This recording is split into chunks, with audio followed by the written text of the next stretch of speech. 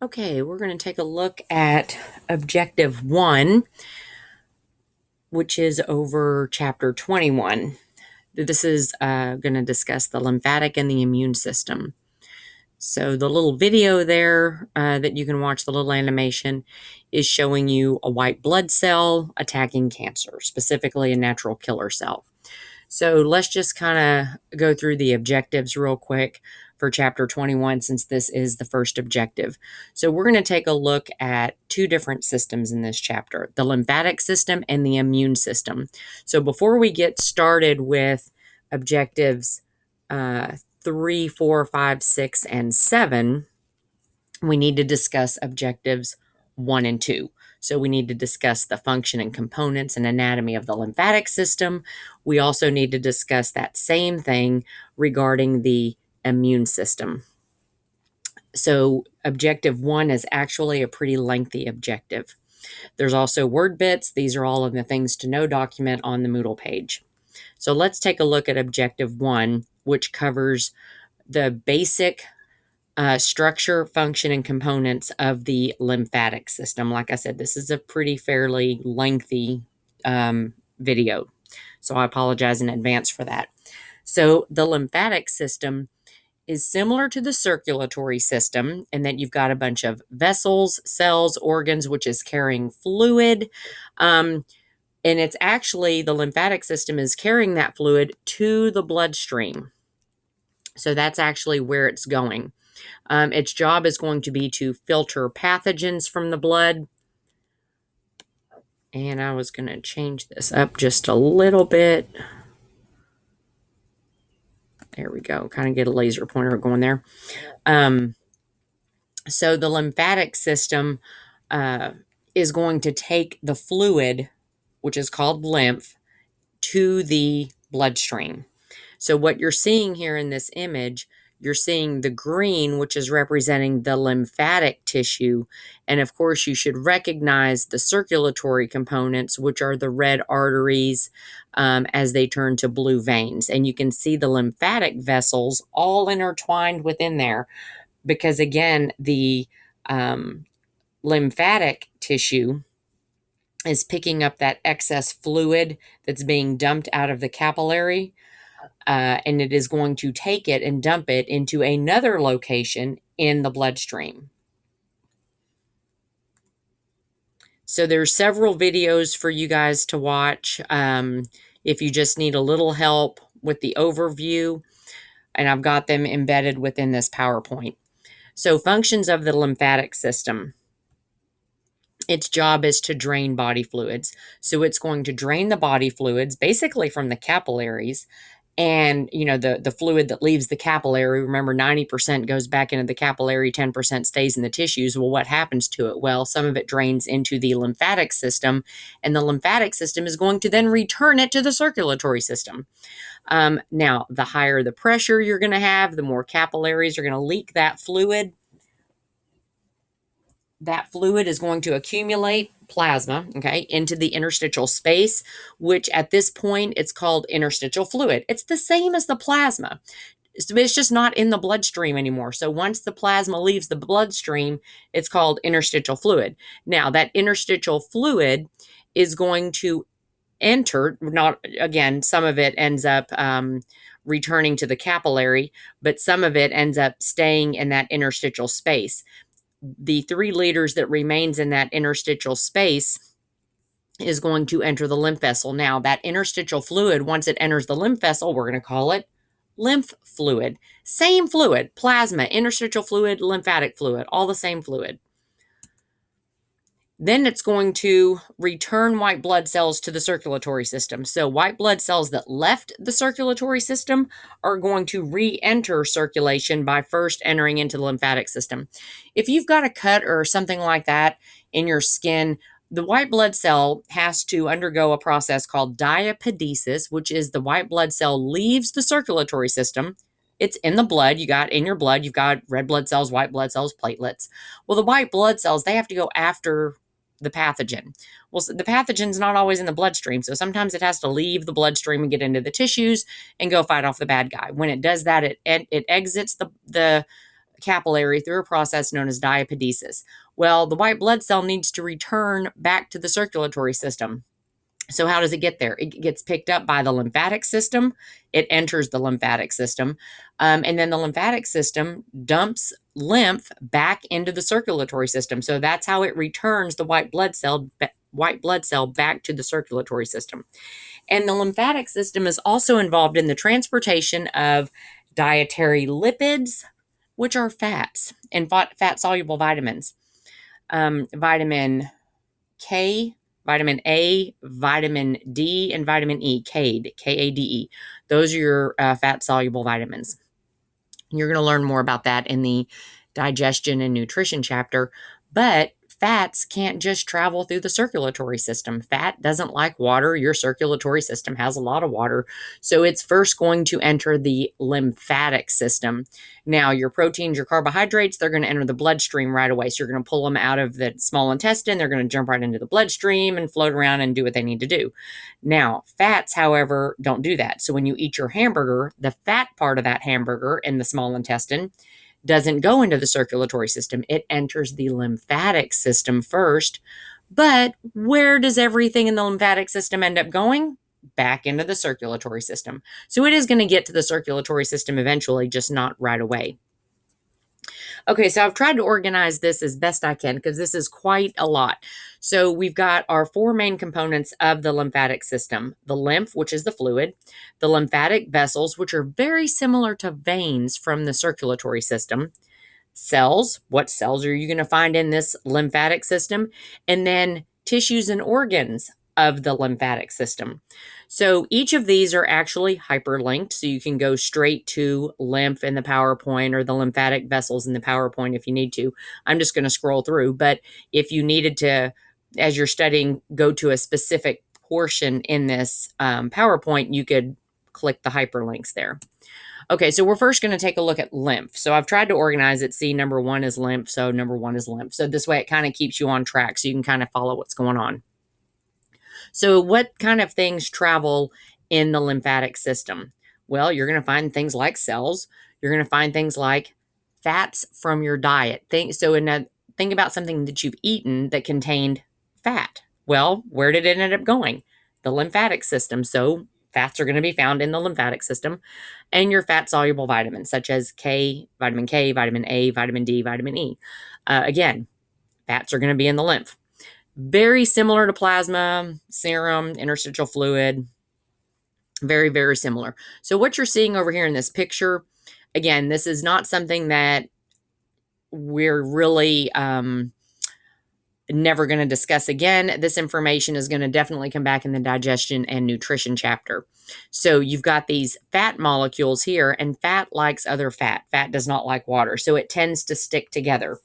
So what you end up doing is emulsifying that fat with bile, B-I-L-E. Bile emulsifies the fat, and that's just splitting it up into smaller pieces that's easier to manage.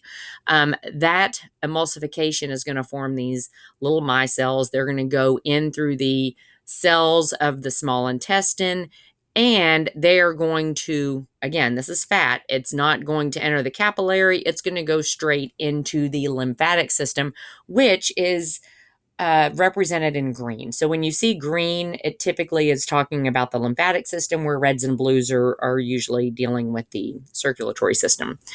So when looking at lymphatic vessels, the fluid in the lymphatic system is not pumped.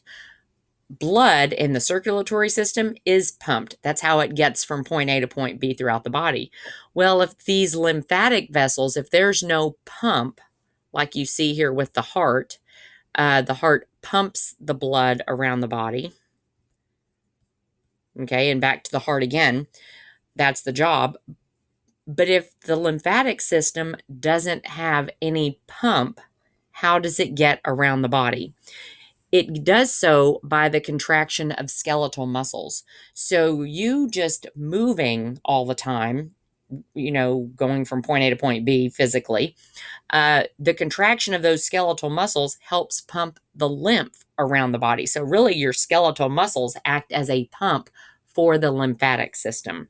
So if you're sedentary and you're not moving a whole lot, the lymph isn't going to move a whole lot either, okay?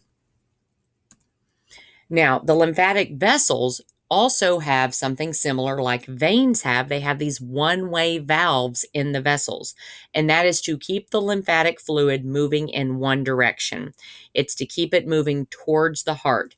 So you can see down here the blood capillary.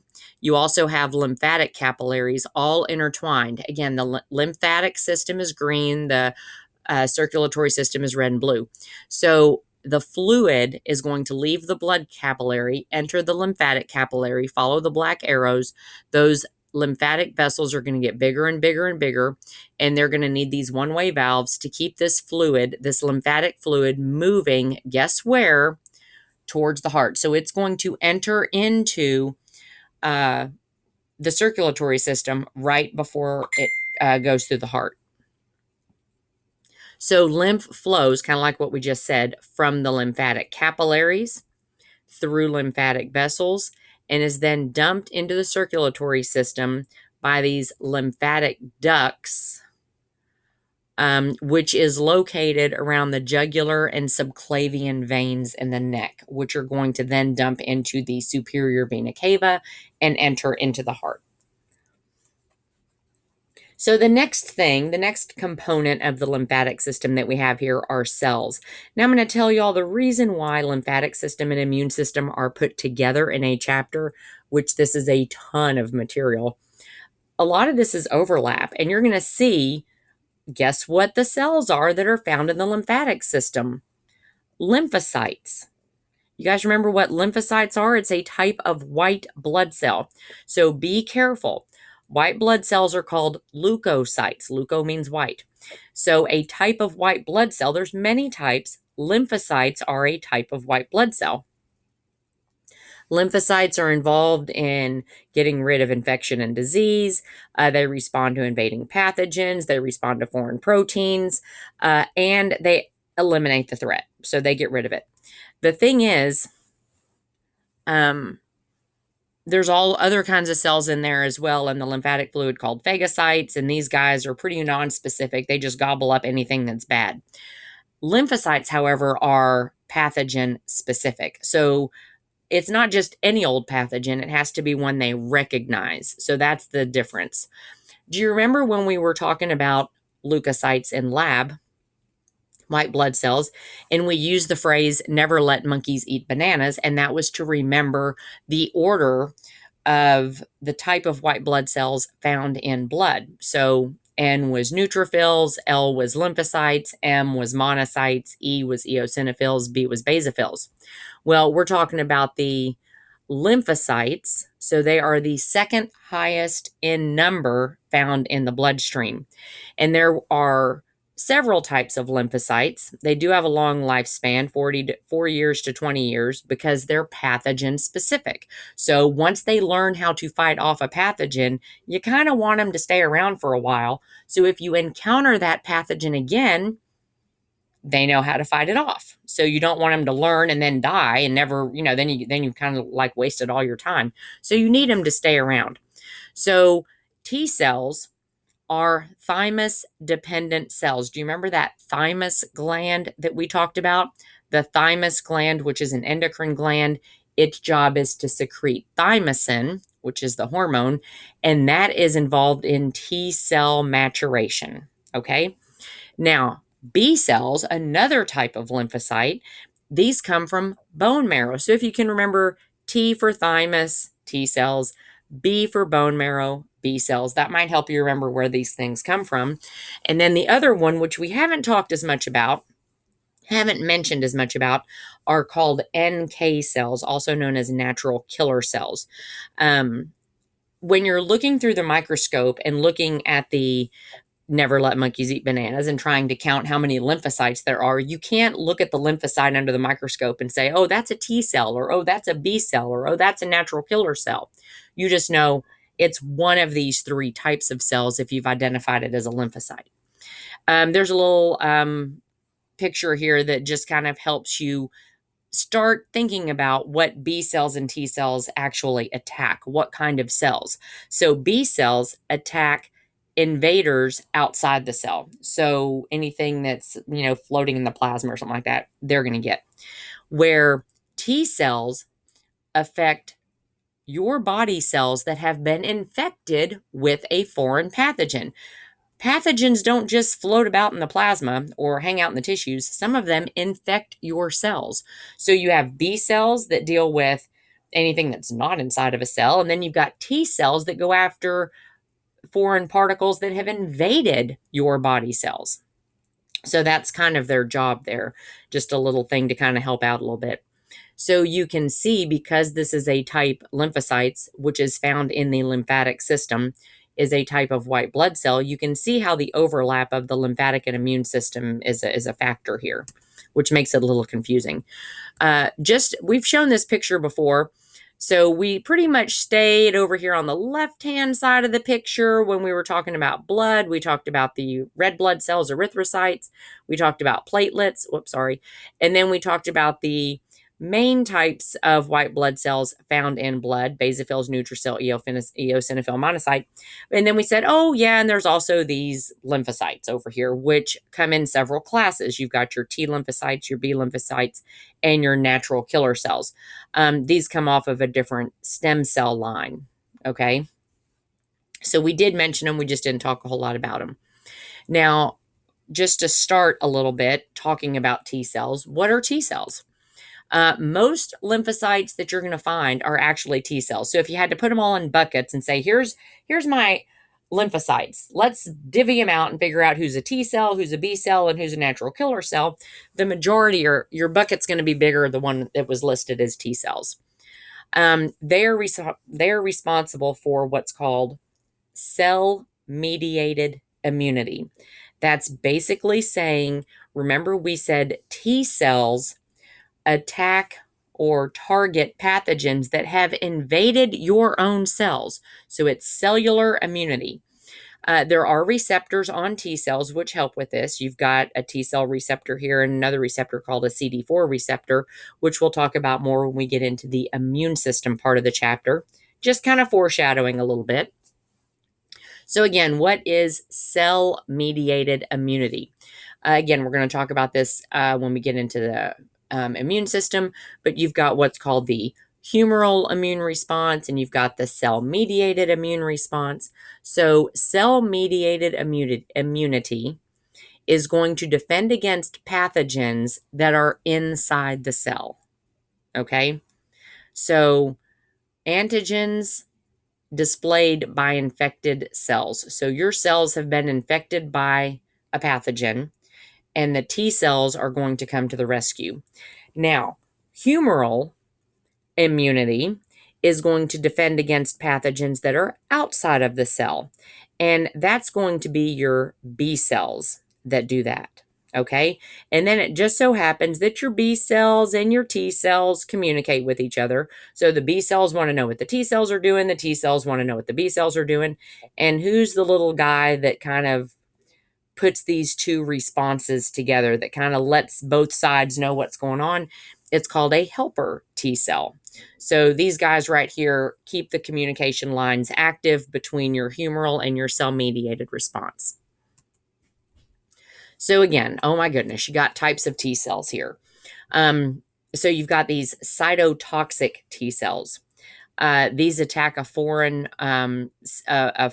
these attack body cells that are infected with a virus. Okay, cytotoxic. They're literally going to kill your cells. Helper cells, they're the communication between the T cells and the B cells, between the humoral and the immune and the cell-mediated immune response. So that's the communication between the two types of cells. And then you have suppressor T cells. They inhibit the activation of the T cells and B cells. They prevent them from working. And then you have memory T cells. We kind of like these guys. These are the ones that stay around for a long time. These are cells. Your T cells respond to the presence of a pathogen, and it learns from that. So that way, the next time you encounter that pathogen, Your cells are like, oh, I've already seen that one. I know how to defend against it. That's the memory cell. So it responds to a previously encountered pathogen. So when you first encounter a pathogen, you don't have any memory T cells. You learn how to fight that particular pathogen, and that gets stored in these memory T cells. So the next time the encounter occurs, your immune response is going to be much quicker. Okay. So you're like, why are we talking about the immune system? I thought we were on the lymphatic system. Remember, these cells are found in the lymph. That's why we're talking about it.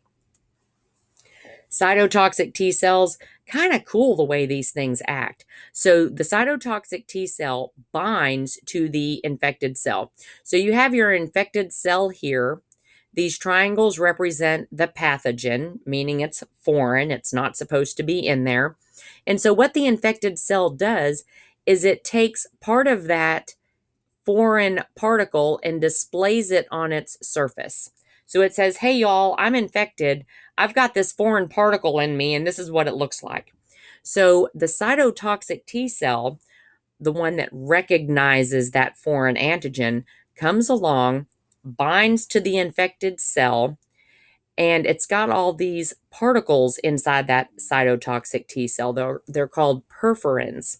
And what they do is they literally perforate the infected cell. The infected cell belongs to you. So that's your own cell that has been infected. So it literally causes this cell, the infected cell, to rupture, also known as lyse. So that's how cytotoxic T cells work. Kind of cool. You know, we talked about other cells that are phagocytic, and they engulf the foreign particle and bring it in. The cell eats the foreign particle. That's not what's happening here. This is not a phagocytic type cell. Now, B cells.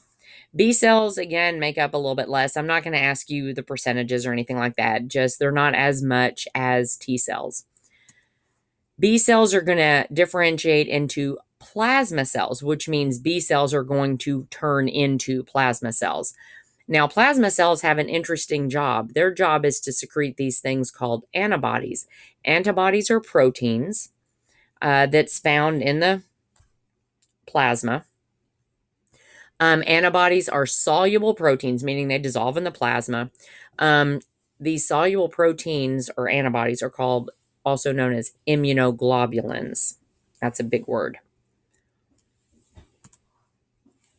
These are responsible for the humoral immunity. They are going to defend against pathogens that are found inside of the plasma, but not inside of the blood, not inside of a specific cell. Okay, remember that's T cells.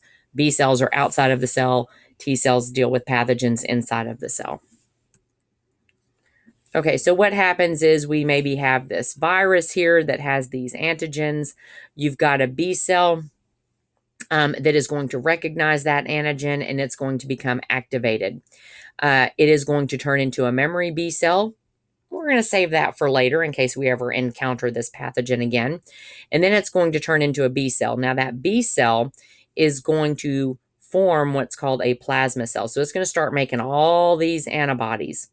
And these antibodies are going to explode out of this plasma cell. These antibodies are then going to recognize the antigen that was on the virus, and it will bind to that antigen, the bad guy, the bad part of the virus. The virus is huge in comparison. So the antigen is just a portion of the virus that it recognizes as being foreign, and the antibody is going to bind to that antigen. So when viruses change their antigens, this is why the flu is such an issue. When viruses change those antigens, our bodies no longer recognize that. They've changed, they've mutated, okay? So again, B cells attack invaders outside of cells, where T cells attack invaders that have gone inside the cell. Then you have this other guy called a natural killer cell. Kind of cool. These guys are part of what's called non-specific immunity. That's kind of why they were on a different section over there. So T cells and B cells are, like I said, pathogen specific. Natural killer cells, they'll attack anything. So you can see here this natural killer cell, it's going after this target right here. Natural killer cells are also very involved in destroying cancer cells, cells of your own that have decided to go off and do their own thing and start dividing like crazy. Natural killer cells recognize that and they kill cancer cells. So this right here is a normal body cell. Okay, so it's got these little receptors on here. We're going to talk about MHC1 and MHC2s and all that kind of stuff. So this natural killer cell comes and takes a look at this normal cell, and it's got this receptor right here, this MHC1. So your normal body cell is going to present MHC1s and say, hey, look, it's kind of like a green flag saying, you know what, I'm okay. There's nothing wrong with me. I'm fine. So when the natural killer cell sees that, it's like, oh, okay. I can see my binding sites here at the NK ligand, and then this MHC1 is present. So all is well with you. We're great. I will leave you alone. So again, you've got your natural killer cell here, but this cell has a problem. It's no longer displaying that MHC1. So that's how the natural killer cell knows to attack this specific body cell that has a problem. And what's it going to do? Kind of like the cytotoxic T cells, it's going to secrete these perforin enzymes, which will perforate the cell and cause the cell to lyse and destroy the cell.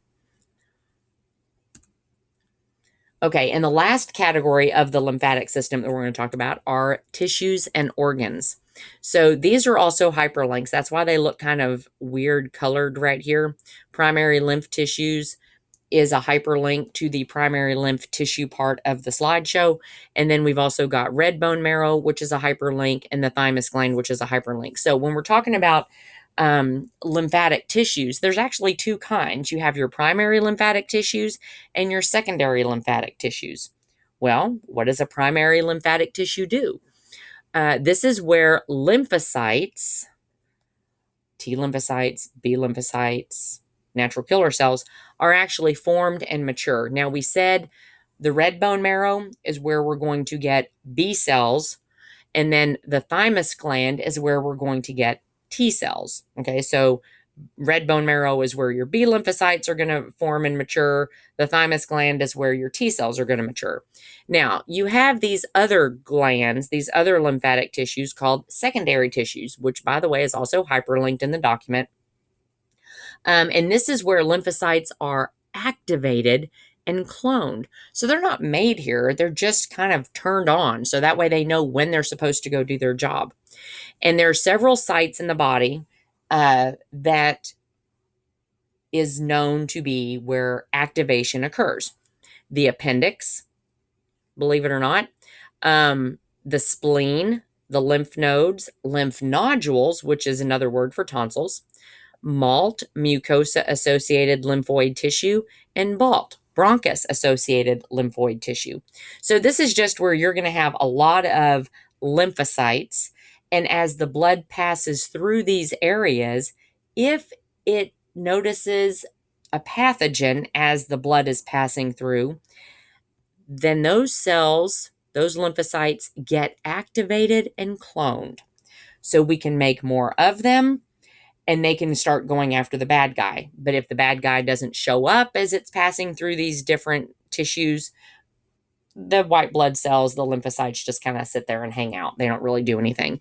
It's when the pathogen passes through and they recognize it, that's when they get activated and make clones so they can go out and get rid of all the bad guys.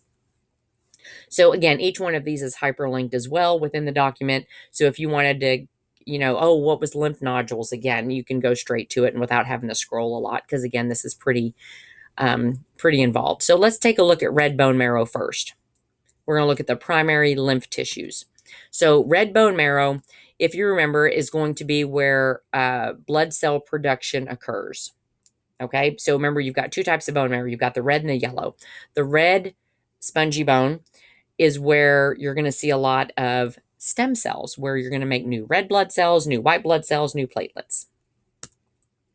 The yellow bone marrow was where we had fat storage, that's why it's kind of in a different lighter color there, because that's really not what we're testing, but just kind of don't forget, remember that stuff.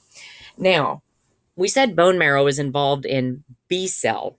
So the B cell basically does all of its development in the red bone marrow. So it's going to get made in the red bone marrow, and it's pretty much going to mature in the red bone marrow. So you've also got T cells that are made in the red bone marrow. Because keep in mind, this is where the stem cells are, right? Stem cells are going to make all the different kinds of lymphocytes. But these T cells don't really know what to do. So these T cells are called thymocytes. They're actually going to leave the bone marrow, and then they're going to go to the thymus gland where they're going to learn how to be a T cell. So the thymus gland, your other primary lymph organ. Remember the thymus gland, just kind of review here, is positioned, it's bilobed, it's got two lobes, and it sits above the heart. So it sits low in the trachea, right? So the thymus gland undergoes what's called thymic involution. What that means is it gets smaller as you get older. So one of the major causes of potential age-related immune deficiencies is because your thymus gland is shrinking. And I shouldn't say your thymus gland shrinks. Guess what? Big surprise. It gets replaced by fat. So the thymus tissue, which is making thymosin, actually gets replaced by fat storage. So it doesn't really go anywhere, it just turns into fat, right? It begins at birth. About 3% of this tissue is lost per year until you get about 35, 45 years old, when the rate declines to about 1% loss per year. So just kind of letting you know, and they're saying this could be a potential theoretical limit to human lifespan. Just kind of FYI, just kind of out there, what is the secret to life? Well, it could be the involution of the thymus gland is what's preventing you from living forever. Just to kind of show you what's going on here. So if you look, the medulla is again going to be where you have a lot of thymocytes, a lot of thymosin producing stuff. Your cortex is the outside area. And then take a look at the green, the fat. So if you look at the newborn, you can see there's still some fat in there, not a whole lot, but a lot of medulla, a lot of functionality within this thymus gland. As you age, look at how much fat you get as you age, and look how much thymus gland is present. So by the time you're 30 years old, the thymus gland has not only shrunk a little bit, but it's pretty much turned into a bunch of fat. So you still have some functionality, but not as much as you used to have. Okay. So thymosin, we've already gone over this, so you should be okay with the fact that thymosin is the hormone of the thymus. It stimulates the development of T cells, which are involved in the immune response, fighting off the pathogen. Throughout your childhood years, the white blood cells called lymphocytes pass through the thymus, where they are transformed into functional T cells. So remember, those thymocytes were like immature T cells. As they emerge out of the thymus gland, they are what's called functional T cells. So once the T cells have fully matured in the thymus, they're going to go hang out in the lymph nodes, where they aid the immune system in fighting disease. So now that we have these T cells that know what to do, they're just going to kind of go chill in the lymph nodes. And as blood passes through the lymph nodes, they're monitoring. Once a pathogen shows up, that's when they become activated. So they're kind of dormant in the lymph nodes. Have you guys ever noticed that maybe when you get sick, your lymph nodes in your neck, maybe they get a little bit bigger? Why is that? Well, what happens in the lymph nodes? Well, we get activation and what am I trying to say? Duplication. So they're replicating in the lymph nodes. That's why they get bigger. That's why lymph nodes swell. Okay, so let's take a look at some of these secondary lymph tissues. So the first one we're going to look at is the appendix, and you guys know that the appendix is kind of a mystery as far as its actual role in the body. It does have a lymphatic and immune role, but again, still trying to figure out exactly what that is. It contains a lot of lymphoid tissue, and this lymphoid tissue resembles these things called Peyer's patches, which we're going to talk about in just a minute. Peyer's patches are actually lymphoid tissue found in the GI tract, your gastrointestinal tract, your small intestine, basically. So if you look at the tissue in the small intestine, There's actually some lymphoid tissue in there. And if you look at the lymphoid tissue that's found in the appendix, they look very similar. The lymphoid tissue that's found in the small intestine is called Peyer's patches. It resembles what's in the appendix. Another secondary lymph organ is the spleen. It's located over here. Looks a lot different than it did in the fetal pig or the rat. Has a different shape to it. It's not quite that full crescent shape that we were looking at. Almost looks kind of like a kidney in a human. As far as bean shaped is what I mean by that. But you only have one spleen. So this is actually where you're going to have a lot of lymphoid tissue. What we have down here in the bottom corner is actually a real human spleen, a cross section of it. So you can kind of see a gross image. And I say gross, not ooh. I mean gross is in large, macroscopic. So you have macroscopic and microscopic. When you're dealing with gross anatomy, those are macroscopic, large things where you don't need the aid of a microscope. So that's what I mean when I say that. The spleen performs the same function for blood that lymph nodes perform for lymph. So it's filtering the blood. The job of the spleen is to remove abnormal blood cells. A lot of times red blood cells. That's why the spleen is such a dark red color, because it's storing that iron from the destroyed red blood cells. Very similar to the liver. So that's why you can lose your spleen and still be okay, because your liver was doing that job anyway. But you having both organs do that job takes the strain off of the liver. It initiates the immune response by B cells and T cells in response to antigens. Antigens are the bad guys circulating through the blood. So as these antigens float through, the T cells and B cells recognize them as they float through the spleen, and they become activated. Now, you're actually going to see in the spleen, if you look really close, you can see looks like some dark red areas and maybe some lighter areas. So you've got red pulp and white pulp in the spleen. Red pulp is going to be where you're going to have a lot of red blood cells. The white pulp is where you're going to have white blood cells. They're the lymph nodules. That's the actual nodule, which is where you're going to have those B cells and T cells hanging out, waiting for the pathogen to show up. I should have probably told you this was a real slide coming up. So if you look at a histology slide under the microscope, a microscopic image, you can see as a cross section the dark purple areas. And they're dark purple because they've been stained dark purple, not because they really are dark purple in real life. So you've got the white pulp, which is showing up as dark purple, and the other areas, which is where you're going to see a bunch of red blood cells, be more of the lighter color. The normal spleen, again, you can kind of see the white pulp and the red pulp very easily. But in someone who's got cancer of the white blood cells called lymphoma, you can see that white pulp is more numerous and enlarged. That's a bad thing. So a cross section, a gross cross section, or a sagittal cut through the spleen shows that very well. These are two different spleens.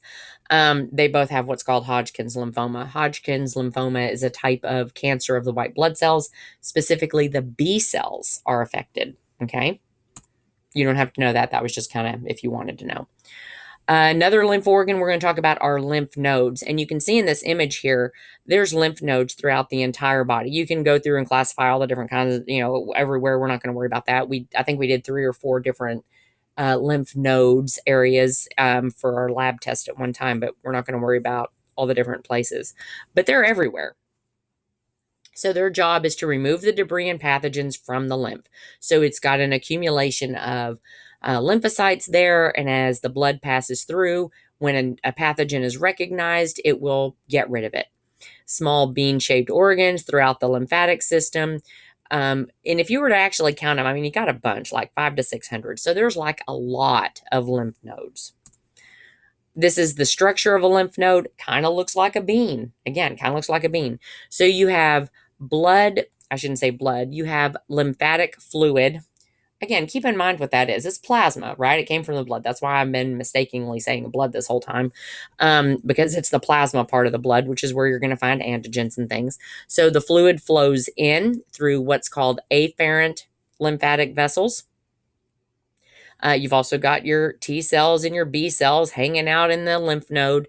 And so as the fluid comes in, again, as long as it's antigen free, it's going to, T cells and B cells are going to say, okay, just keep on going. If it has an antigen, they will become activated. And then the fluid flows out through these efferent lymphatic vessels. Remember what your afferent versus your efferent means. Afferent means towards, efferent means away. Another one are lymph nodules. So specifically when we say lymph nodules, we're just collectively referring to all of the tonsils. The tonsil's job is to deal with pathogens that are coming in through the oral cavity. Okay, so you've got your pharyngeal tonsils, also known as your adenoids. Your palatine tonsils, which are in the back of your throat, those are the ones if you were to open your mouth real wide, if you've still got your tonsils, they're going to be on either side of your uvula. And then you've got your lingual tonsils. And again, their job is to, again, filter, right? Check for pathogens, but coming in from the oral cavity. Now, we talked about MALT a second ago, mucosa-associated lymphoid tissue. It's associated with the mucous membranes of the epithelia. So remember your epithelial tissue, the very, very inside. So you're going to find this in the GI tract. It's going to line the inside of the small intestines, the large intestines, things like that. These are called your Peyer's patches, breast tissue, lungs, eyes. This is where you're going to find all different kinds of mucosa, mucus, associated lymphoid tissue. These lymph tissue here, the MALT, is going to mount an immune response in pathogens in these areas. Okay, so in these areas. And then it's populated, it's got a lot of T cells and B cells in there. Remember, plasma cells are B cells that have differentiated and now making a lot of antibodies, and macrophages. These are going to, as pathogens pass through this area, these lymphocytes are going to get rid of the pathogen. That's their job. And then you have BALT. This is just the same kind of stuff, but it's named after the location. And these are associated with the bronchi, the bronchial passages. So mucous membranes found in the trachea, bronchi, primary bronchi, secondary bronchi, tertiary bronchi, things like that. And again, keep in mind, that's all lined with mucus. So these are involved in mounting an immune response against inhaled pathogens. So we said the mucus traps it, but you've also got lymphatic tissue in there, BALT, which is going to contain T cells and B cells to help fight off that infection that is trapped in the mucus. Okay. Now, the structure of the lymphatic system, keep in mind, it's going to work in conjunction with the circulatory system. So you have got open-ended capillaries which feed into larger and larger vessels. So you have this lymph capillary right here, which is going to feed into these larger lymphatic vessels. And they're open-ended. This capillary, you can see the little blue arrow going in. This capillary is open-ended. So it's going to get that fluid that the blood capillary just pushed out on the arterial end. Remember, the arterial end is pushing out a lot of fluid. Venous end is picking up that fluid. So the lymphatic capillary is going to get that excess fluid that did not return to circulation, and it will put it in the lymphatic circulation. It's going to lead to the bloodstream through ducts. So we're going to get larger and larger and larger lymphatic vessels until it eventually ends up back in the circulatory system. Again, it's not pumped like the circulatory system is. It's going to move through the lymphatic vessels by the contraction of skeletal muscle. They do have one-way semilunar valves similar to your pulmonary aortic valve, similar to your, what did I say already? I said the semilunar aortic valve and the semilunar pulmonary valve. I think I said it in the same sentence anyway. So they're those one-way valves, and they're going to keep the fluid moving in one direction. So it's typically going to go from the capillaries to larger vessels called lymphatic vessels, to even larger structures called lymphatic ducts, which will dump into the circulatory system at the subclavian veins. Remember, the subclavian veins are going to run underneath that clavicle bone and dump into the superior vena cava. Okay, so organization, these lymph capillaries, these are terminal. You've got the lymph capillary right here, and you can see by the yellow arrows, the fluid is coming in through that interstitial fluid. It's able to come in through these openings into that lymphatic capillary. This is where the interstitial fluid enters the lymphatic system and turns into what's called lymph. So the lymph capillaries enter into larger lymph vessels, which are similar to veins. They have the one-way valves. They're going to merge into even larger vessels called lymphatic trunks. These lymphatic trunks merge into these two large vessels. You have two of them called lymphatic ducts. You have two lymphatic ducts. You have a right lymphatic duct and a thoracic duct, also known as the left lymphatic duct. The right lymphatic duct is the major lymphatic duct of the body. This is where the majority of the fluid is draining. It enters the right jugular vein. So the right lymphatic duct is going to dump fluid, lymph, into the right jugular vein. It's going to drain the right arm, the thorax, the head, and the neck. So again, mainly it's a minor duct, but it's mainly the right side of the body, right? The thoracic duct, which I said a minute ago, the main one was the right one. The main one is not. It's the minor one. The main one is the thoracic duct. It's the left lymphatic duct, and it's going to drain the majority of the body fluid. That does not include the right arm, thorax, head, and neck. So this is going to be the legs and stuff in the abdominal cavity. So fluid is going to enter from the thoracic duct or the left lymphatic duct into the left subclavian vein. So we've got right lymphatic entering into the right jugular, which is then going to go into the superior vena cava. The thoracic duct is going to enter into the left subclavian vein, which is then going to enter into the superior vena cava. Okay, so you can kind of see an image here. The purple is going to be that right lymphatic duct. You can see it doesn't drain as much, but we've got our arm, we've got our thoracic area, we've got our head and neck. Now, the left lymphatic duct, also known as the thoracic duct, is going to drain the left side of the head, the left side of the neck, the left arm, the left thoracic area, but it's also going to drain the abdominal cavity and the legs. Okay, so all of this is drained by that left lymphatic duct. So when there's a swelling or edema that is occurring, depends on where on the body it's occurring. If it's occurring in the lower legs, that's an issue with the thoracic duct. If it's maybe the right arm is swollen, and there's not a lot of fluid draining out of the right arm, then that would be a problem with the right lymphatic duct. Sorry, I guess I should have warned you there were some real pictures coming up. So lymphedema is a condition in which those interstitial fluids accumulate and the limb becomes swollen and distended. So the interstitial fluids accumulate in the tissues. They're unable to be drained into the lymphatic system like they're supposed to. So they stay in the tissues. Now keep in mind that capillary, the blood capillary on the arterial end is pushing out fluid and it's being returned by the venous end, but not all of it. Right? 10% of it stays in the fluid. Well, if that keeps happening, you're going to get a lot of accumulation in the tissues over time. And that can lead to this type of situation that you're seeing in these pictures. So swelling can be permanent. This is not life-threatening, but can definitely be uncomfortable, can lead to infection due to those interstitial fluids not moving. Okay, they're stagnating. They're not able to enter into the lymphatic system. Toxins and pathogens can accumulate in this area. They're not being filtered through the lymphatic system. Infection can arise. And again, the immune system wouldn't know because it's localized and it's non-moving. Okay, that was a lot. So that was objective 1.